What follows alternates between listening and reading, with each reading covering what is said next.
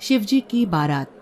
हिमालय की इस नगरी में आज पर्वतराज हिमालय की बेटी गौरी का विवाह था। पूरी नगरी इस तरह सजाई गई कि जहां देखो वहीं आंखें रुक जाएं। गौरी जो इस नगरी में हर व्यक्ति की प्यारी थी, आज विवाह के पावन बंधन में बंधने जा रही थी। हर कोई बारात के स्वागत की तैयारियों में व्यस्त था। भाई कोई कमी ना रह जाए बारातियों के स्वागत में। हर कोई गौरी को अपनी बेटी जो मानता था। दो औरतें आपस में बतिया रही थी। जानती हो, प्रेम विवाह है गौरी का। गौरी के माता पिता दोनों को ही दूल्हा पसंद नहीं था, पर गौरी भी अपनी जिद पर अड़ी रही। आखिर मानना ही पड़ा उन्हें। दूसरी औरत बोली, भाई अब गौरी ने चुना है तो कुछ खास बात ही होगी जमाई राजा में। हर किसी के मन में दूल्हे और बारात की एक छवि बन रही थी। एक सुंदर सा दूल्हा, एक सजी धजी बग्गी, सोने चांदी के आभूषण पहने दूल्हा और बाराती। अब बस बारात आने का बेसब्री से सबको इंतजार था। कुछ ही देर बाद पहाड़ों की ओर से कुछ आवाजें आने लगी। बारात के आगमन की हलचल सी होने लगी। कोई बोला, अरे सुनो सुनो, लगता है बारात पहुंचने ही वाली है। फिर एक क्षण के लिए उसने अपने कानों की इंद्रियों पे जोर दिया और क्या सुनता है, गाजे बाजों की जगह अजीब अजीब सी डरावनी आवाजें आ रही थी। ढोल नगाड़े की जगह डमरू की डम डम की आवाजें आ रही थी। लग रहा था बारात नहीं, पागलों का झुंड आ रहा है नगरी में। एक जवान आदमी बोला, भैया कुछ तो गड़बड़ है इस बारात में। तभी बगल में बैठे बूढ़ा सियाना आदमी बोला, बस देखते ही जाओ बेटा। बारात अब नगर में प्रवेश कर चुकी थी। बारात को देखते ही नगर वासियों में खलबली सी मच गई। कोई भी बाराती सामान्य नहीं दिख रहा था। भूत, प्रेत, राक्षस, किन्नर, चुड़ैले, भ्रम राक्षस सभी तो शामिल थे बारात में। कोई डमरू बजा रहा था तो कोई दांत किटकिटा रहा था। किसी के शरीर में गर्दन ही नहीं तो किसी के दो दो सर, किसी के हाथ नहीं तो किसी के चार चार हाथ। और तो और जानवर भी शामिल थे इस बारात में। बंदर, भालू, हाथी, हिरन, बाघ वगैरह वगैरह। वो जवान अपना सर पकड़कर बोला, अरे काका क्या है ये सब? बूढ़ा बोला, अरे तुम क्या जानो बेटा, ये सब गण हैं शिव के। बारात जहां से निकलती लोगों के चेहरे भय और आश्चर्य से पीले पड़ जाते। हे ईश्वर, ये कैसी बारात। उधर महल तक भी सुगबुगाहट पहुंच चुकी थी। गौरी की एक सखी ने पूछा, अरे कैसे दिख रहे हैं हमारे जीजाजी? दूसरी जो अभी अभी बारात देखकर आई थी बोली, अरे दीदी बस पूछो मत। दूल्हे के शरीर पर राख मली हुई है, गले में माला की जगह सांप लिपटा हुआ है। बाल देखकर तो लगता है सालों से नहाए ही नहीं, जटाएं बन गई हैं। और पता है बैठे किस पर हैं? रथ पर नहीं, बैल पर। सभी सखियां जोर जोर से हंसने लगी, पर इन सब बातों से परे दुल्हन बनी गौरी के चेहरे पर बस एक कोमल सी मुस्कान थी। कितनी कठिन तपस्या से पाया है गौरी ने इस अघोरी को।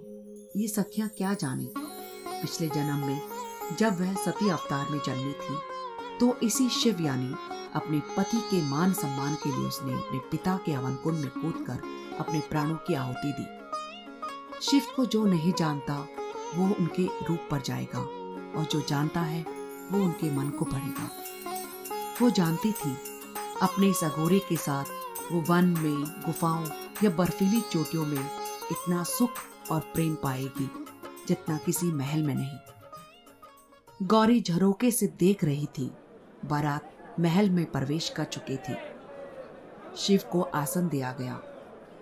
गौरी के पिता और वधू पक्ष के अन्य लोग शिव के पास आकर बैठ गए। तभी उनके बीच कुछ फुसफुसाहट सी होने लगी।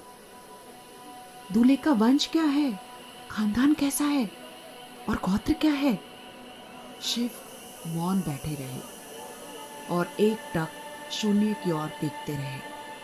देवऋषि नारद ने माहौल संभालने की कोशिश की तो गौरी की मां मैना बोल पड़ी, आप तो रहने ही दीजिए मुनिराज, आपकी वजह से ही ये दिन देखना पड़ रहा है। अचानक सन्नाटा छा गया। दरअसल बात तब की है जब गौरी बस 6 साल की थी। देव ऋषि नारद घूमते घामते एक दिन हिमालय की नगरी पहुंच गए थे। गौरी को देखते ही वह पहचान गए, ये तो माता सती है, और हंसते हंसते बोल पड़े, अरे गौरी के लिए तो दूल्हा ब्रह्मा जी ने पहले से ही चुन रखा है। हाँ, दूल्हा थोड़ा सा भोला है और थोड़ा बावला भी। ये सुनकर राजा हिमालय और गौरी की मां मैना चिंता में पड़ गए। बोले, देव ऋषि आप ही बताएं इस दोष का क्या निवारण है।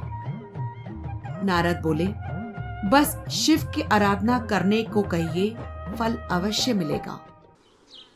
उस दिन से आज तक गौरी हर रोज शिव का ध्यान करती, पूजा अर्चना नहीं, सिर्फ प्रेम करती। सखियों से कहती, मेरे शिव पूजा के नहीं प्रेम के भूखे हैं। जरा बताओ तो ऐसा कौन सा देवता है जो बस भांग, धतूरे, बेलपत्र जैसी चीजों से ही खुश हो जाता है।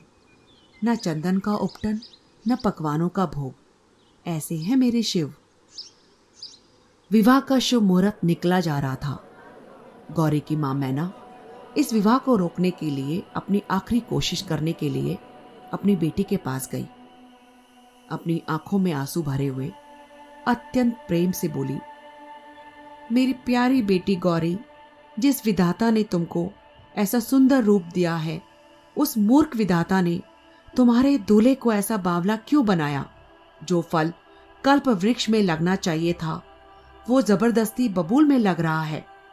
मैं तुम्हें लेकर पहाड़ से गिर पड़ूंगी, आग में जल जाऊंगी, समुद्र में कूद जाऊंगी, चाहे जो कुछ हो जाए, मैं तुम्हारा ब्याह इस बावले से नहीं होने दूंगी।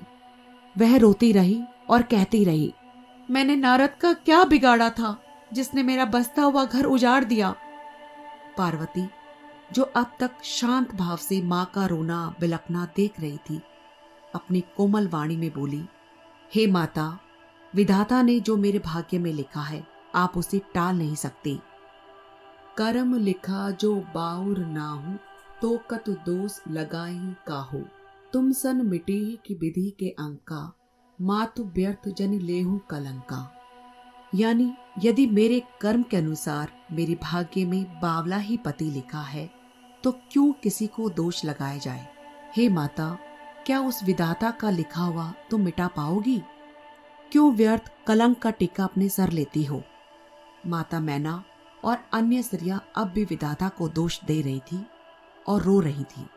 तभी नारद गौरी के पिता राजा हिमालय और सप्तऋषियों के साथ वहां पहुंचे और नारद जी ने पूर्व जन्म की कथा सुनाकर सबको समझाया और बोले, हे मैना, सच यह है कि तुम्हारी बेटी साक्षात जगत जननी है, भवानी है।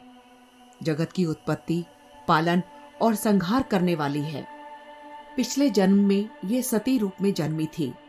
अपने पिता दक्ष द्वारा अपने पति शिव का अपमान वह सहन न कर पाई और दक्ष के हवन कुंड में कूदकर ही भस्म हो गई थी। अब इन्होंने तुम्हारे घर जन्म लेकर अपने पति शिव के लिए कठोर तप किया और आज उनको पाने जा रही है। व्यर्थ ही संदेह छोड़ दो। पार्वती तो सदा ही शिव की पत्नी है।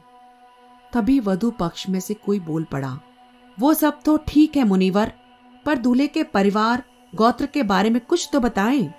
माता पिता तो होंगे न इनके। पूरी सभा का ध्यान अब नारद जी की तरफ था। वे बोले, महादेव स्वयंभू हैं। इन्होंने स्वयं अपनी रचना की है। इनके न माता है, न पिता, न वंश, न परिवार, और न ही कोई गोत्र, न नक्षत्र। वे इन सब बातों से परे हैं। ये पूरी सृष्टि इन्हीं का एक हिस्सा है। ये देवों के देव आदि देव हैं। इनका बस एक ही वंश है, ध्वनि, ओम की ध्वनि। वही ओम की ध्वनि जो प्रकृति के अस्तित्व में आने से लेकर आज तक सृष्टि का समन्वय बनाए हुए है। नारद बोले, ओम। तभी पूरी सृष्टि की ओर से यही आवाज गूंजी।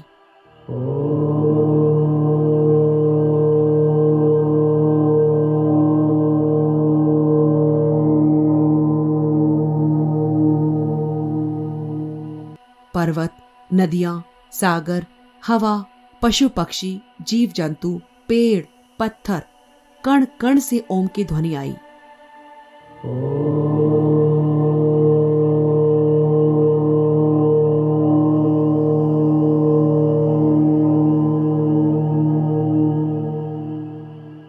पूरी सभा स्तब्ध रह गई।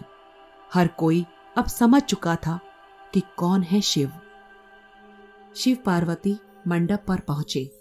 दोनों ने एक दूसरे को जयमाला पहनाई। तीनों लोकों से जयघोष की आवाज आई, हर हर महादेव, हर हर महादेव, हर हर महादेव। तो ये थी कहानी शिवजी की बारात की। आशा है आपको ये कहानी पसंद आई होगी। ऐसी और कहानियां सुनने के लिए हमें सब्सक्राइब कर लें और साथ में बनी घंटी भी दबा दें, ताकि जब भी हम कुछ नया लेकर आएं सबसे पहले आप तक पहुंचे। फिर लौटेंगे सनातन धर्म की कुछ अच्छी और सच्ची जानकारी लेकर। तब तक के लिए नमस्कार। ओम नमः शिवाय।